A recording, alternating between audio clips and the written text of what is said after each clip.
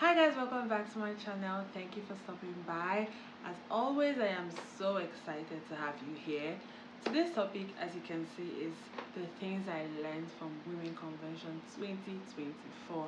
And please do not go anywhere if you are a guy. Yes, it was Women Convention, but of course these lessons are for both genders, right? So yes, I'm going to be sharing with you all the things I learned. And just to be clear, I am not quoting anyone verbatim. I wrote a lot of things down and I was able to process them since the convention ended and up until now, using what I understood, what has been happening around me and everything to bring this whole video together. So yes, this is what I understand, and I hope that someone is touched. I hope that it filters into your spirit and you understand everything that I am going to say today. And I also hope that you stay to the very end. Right, I hope that you stay to the very, very, very end. Thank you.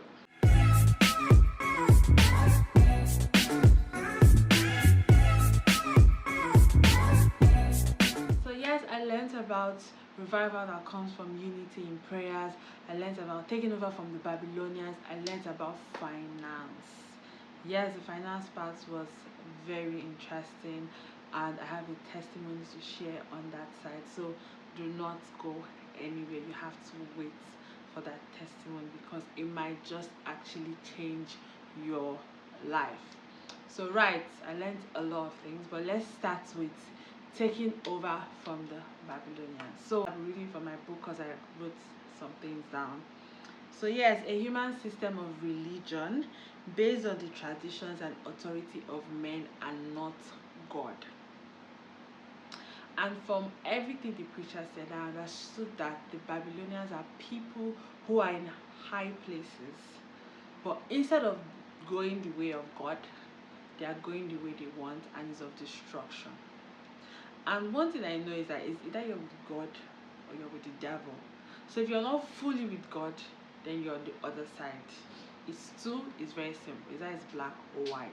So if you're not with God, you're actually on the other side of the world, which is with the devil.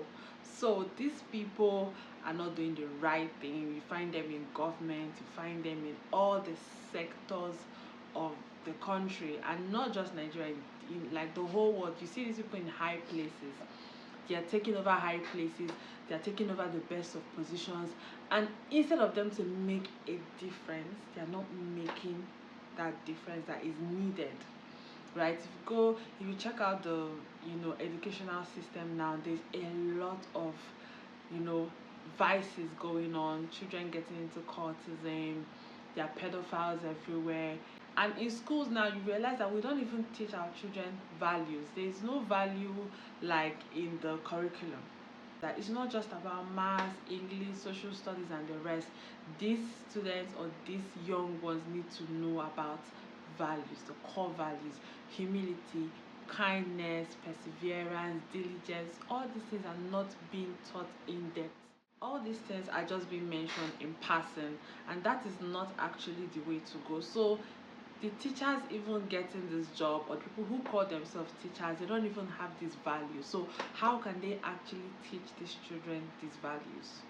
And if someone from the top can make this change, then you see that everybody would follow. So many things will change. So that is why we're taught to not just work hard to just earn money, but work hard, grow, build yourself, get up there to that level and make that change.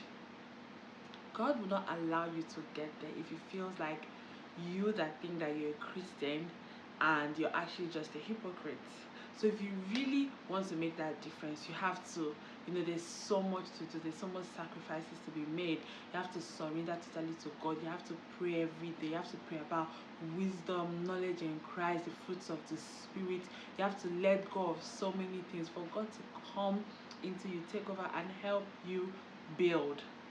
If your focus is just the money, then even though you're a Christian, yes, God might actually give you the money, but He may not give you that power, that influence to get there and to make things happen.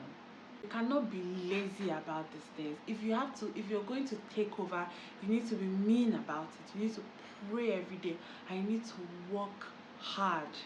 Go the extra mile, do the extra mile, burn those night candles. Like people that come out with first class from the university, they did so much in order for them to come out with that degree. So if you're going to get there, then it's a thing of consistency, diligence, following God's way, praying every single day. I've said this so many times. Prayer is supposed to be a lifestyle. So we're going to go into the next one, which is revival, right?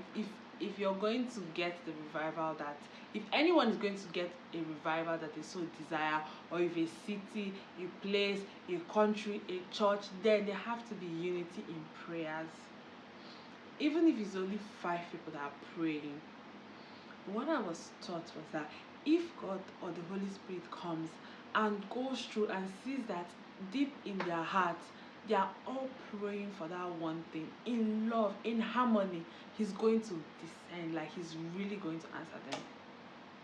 That's why I've heard a lot of couples that say things like, when they used to fight, things don't go so well, but the moment that they stopped fighting and started praying together, things just start happening, because the Holy Spirit will come and He can see that, oh, these two people have decided to unite, and that's all that He needs. But if He comes and then I'm thinking that, oh, this girl that is holding, maybe you guys are holding hands, don't say hold hands in church, let's pray, la da da da, and then you're thinking, I don't like this sister that is holding my hand, or this sister that is even holding my hand, she's even smelling, or this one that did something. You just, your heart is not in that prayer. You're actually praying, you're speaking the words. You might even be speaking in tongues, praying in the Holy Ghost, but in your heart, it is totally different from what you are saying out. And then it's cut short. That thread that is supposed to form a circle and unite and burn with great fire, it's not there. So the Holy Spirit is like, nah. And what I learned also is that the Holy Spirit is a very gentle spirit, and I resonated with that so much, because I know how the Holy Spirit just talks to you, even so calmly. He's never so forceful. Well, except maybe very, very, very, rare occasions, but he's actually very gentle, he's actually very calm. So if he tells you things, or he's trying to lead you a certain way, and he sees that you're not following, he takes a step back until you actually surrender and you let him lead, and then in obedience you're willing to follow.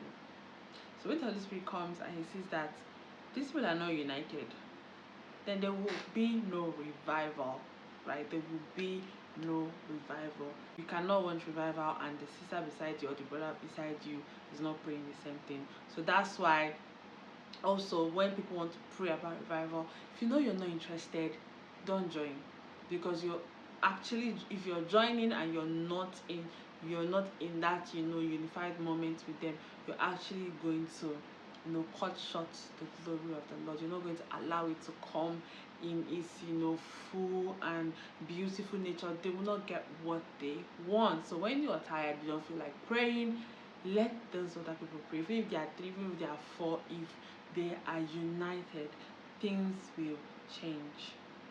Now the next one is the finances, which I so much loved. Now let me give you my testimony. When I came into Lagos, I had already saved so much from uni. Not so much, but yeah, it was a good sum. And this was money that I saved from first year to the very final year, right? Which is like 6 years or 7 because of strike and the whole of that. But yes, it was up to 6 years of savings. So from that money, I collected a little bit of it to be able to get myself a good laptop. Then the rest, I sent it out. And when I did that, my heart was just just beating. I was like, why did I even do this thing? Like, what's going on? But it just felt like that money at that time, I needed to let it go. There was just this, when there's this thing in your spirit, there's this calling forth for something, and then you just have to obey. You just have to be in obedience, even when it doesn't make sense. I didn't know why I had to do it. I didn't know why I had to send that money, but I let that money go. It just felt like at that point that money was even holding me down. For some weird reason, that was the thought. So I had to let it go. I freed myself. And after that happened, just earning my salary, and thank God I have a wonderful sister. I'm staying with her. There's a roof over my head. I can eat. I'm, going to work. I'm coming back. No savings whatsoever. No savings whatsoever. But guys, I can tell you that in just a short amount of time, just a few months, when I had even forgotten that I gave that money out, and I'd even given more, right? Like I've given more to it, and then more I keep giving. I just realized that all the money that I've given out, I've actually gotten way more than that. Of course, I've spent, I've saved, but I've gotten way more than I had given. Like, this is money that took me over 5 years to save, and it is less than 6 months, and I've gotten it back. And the day I realized that was when that was the day I was like, wow, look, you are missing if you don't give to God. You are missing. Yes, let your heart beat. That is actually how it's supposed to be. It's a huge sum. It's a sacrifice. Sacrifices are not easy. Sacrifices are not easy at all. Right. So let me read out some scriptures. There are quite a lot when it comes to finances. There are some on debt. So before I read it out, we also learned on financial responsibility. We learned on, of course, giving, and not just giving. You have to be responsible for your money. You have to save. You have to invest. And also you have to give. It's not just any money that comes in. You spend it, you squander it, and then you start looking for where the money went. You are the one that actually spent it. And yes, I know that sometimes there's really no even money to it feels like there's no money to give, but no matter how small, from what you're actually earning, you can bring out something small. Your tithes, very, very, very, very crucial. There's a story of someone who used to give tithes, and then he was like, you know what, he got conformed to the things of the world, and then boom, everything just changed. Someone that was a millionaire became a beggar because he stopped giving his tithes, and he felt like, why am I giving tithes? Why? Who am I giving it to? It's a church that saved you from the story, and then all of a sudden you just feel like, nah, these people don't deserve my money anymore. Anyways, let me read out some of the things that I have here. And if you're untrustworthy about worldly wealth, who will trust you with the riches of heaven? Right. The wise have their wealth and luxury, but fools spend whatever they get. The truth is that no matter how small you earn, you cannot just squander everything. Try and give and try and save. To be honest, I'm not even going to lie. Even if you don't save, try, give, must. You just have to. You just have to. No matter how small, God knows that, look, from this little money, you still gave him. That sacrifice, and it's very crucial to anyone's growth. Anyone, if you want financial freedom, upliftment financially, whatever, you want to break out of that limitation of finance, you have to give to God. Give and you receive. Your gift will return to you in full, pressed down, shaken together to make room for more, running over and poured into your lap. The amount you give will determine the amount you get. Honor the Lord with your wealth and with the best part of everything you produce. Then you will fill your barn and grains, and your vats will overflow with good wine. With the best of what you produce. We know the story of Cain and Abel and how that went down. With the best of what you produce. All must give as they are able, according to the blessings given to them by the Lord your God. So that's why I say that no matter how small you're earning, it's something. And if you're earning like way big, I don't know, of course, what you should give God should be of way, way bigger than someone. Maybe this person is earning 50 and you're earning like 500,000. Of course, yours should be bigger. For the love of money is the root of all kinds of evil, and some people craving money has wandered from the true faith and pierced themselves with many sorrow. Don't love money, be satisfied with what you have, for I have said, I will never fail you, I will never abandon you. Your faith in money should be from God. God will bless you in His riches and glory, not your riches, not what you think you have in the bank. His riches, which of course is unlimited. We know how these things work.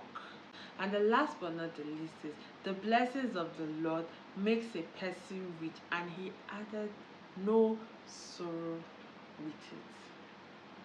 But when you decide to go to the devil and he gives you, what do you get? You ask for your mother's head, your brother's head, your only child.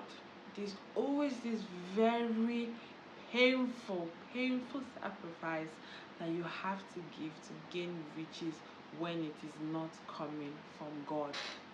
For one, you don't have your peace of mind. That's everything. Like, if you don't have peace, then what exactly do you have? My father always say, if you cannot close your door at night and sleep peacefully without thinking that someone is going to come in the middle of the night and do something to you, then you're in trouble. Or at night, if you hear someone knocking at your gate and you want to hide, then that's another big wahala for you. But if someone can knock at your gate in the night and you're like, who's that? And then you go to check. Or if you sleep, you sleep peacefully, knowing that you're not owing anybody, you've not killed anybody to gain wealth.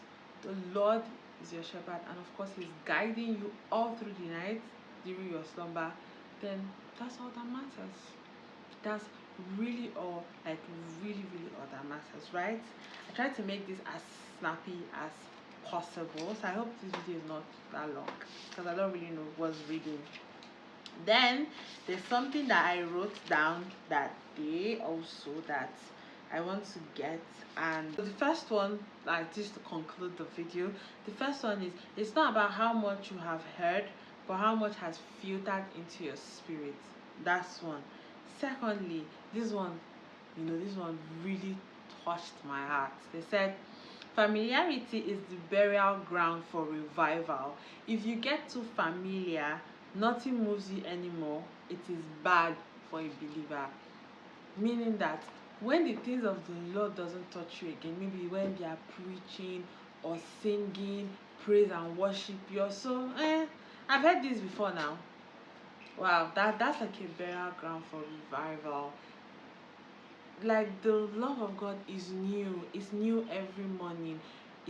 You're renewed every single morning. So every time you hear about God, you experience God, you listen to songs, listen to people's preaching.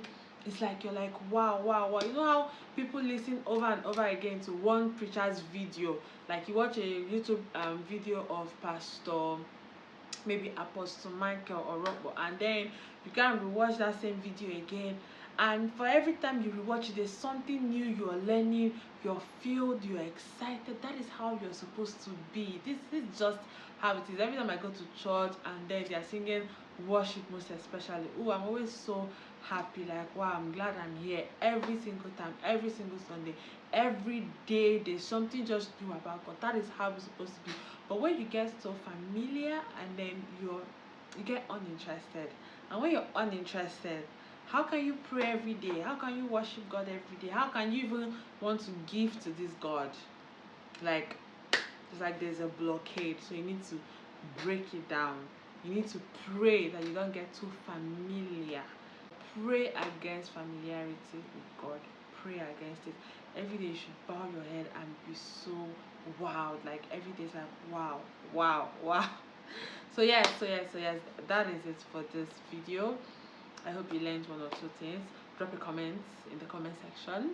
Like this video and subscribe to this channel if you have not. Thank you for watching Big Moments again. I will be back next week for sure. Bye.